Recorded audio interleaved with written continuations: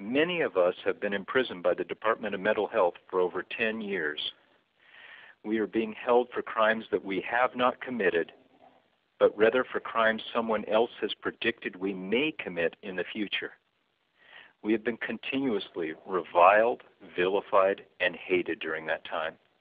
We've been stripped of our civil rights, and in their place we receive mockery and scorn for suggesting that we retain the rights of all citizens. Anyone who dared to protest on our behalf was publicly castigated and their motives impugned. Some of us have died, having lost all hope. The rest of us have watched helplessly from inside as our loved ones, mothers, fathers, sisters, brothers, even sons and daughters have died. Throughout it all, we found ourselves alone, completely isolated and wondering whether anyone cared.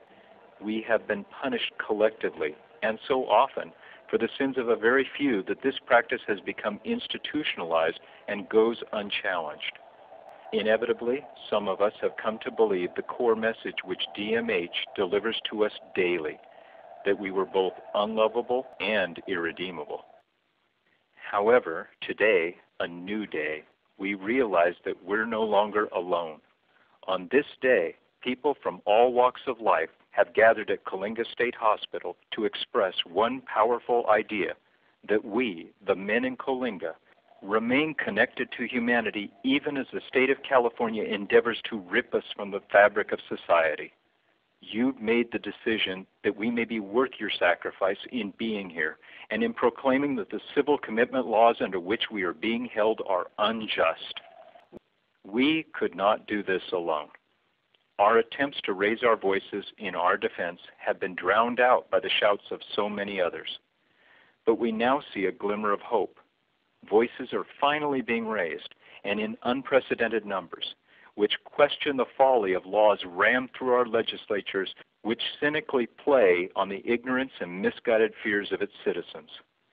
Even the press appears to have taken some tentative steps in the direction of challenging dangerous public policy and providing a more balanced view of sex offender issues.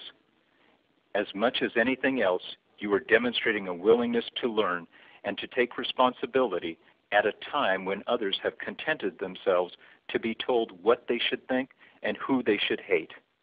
But we also understand that this is not just about us.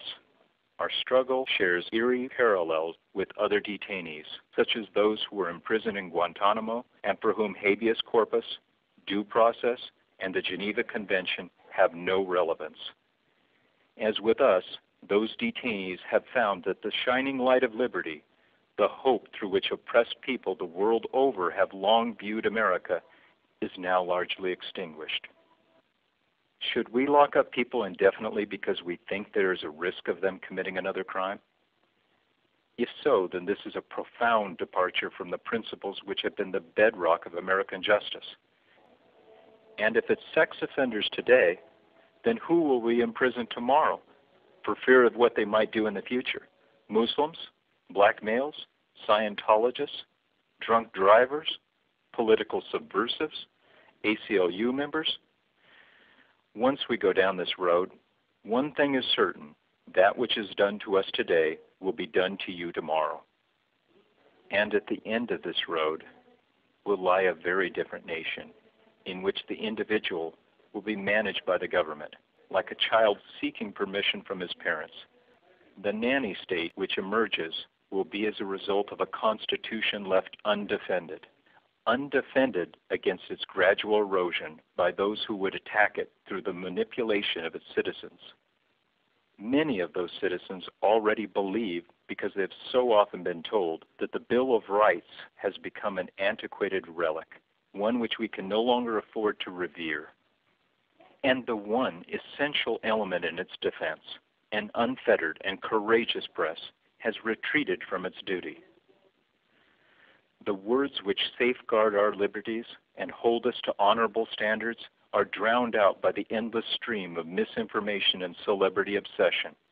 And real problems, whether sex offenders or Social Security, Medicare or public education, have to compete with the onslaught of the trivial and the sensational.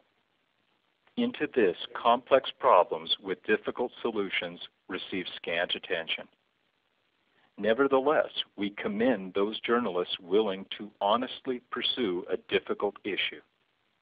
Please know that all of us, to a man, truly appreciate your courage in coming here today to stand beside us, separated by razor wire, concrete, and guard towers though we are, to proclaim your concern for those here in prison and for the principles which we must stand for.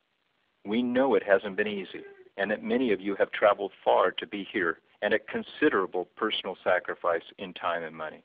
We want to assure you that these principles, which today you affirm, as well as the people whose lives are at stake, are worth it. Finally, we're no longer alone. Thank you.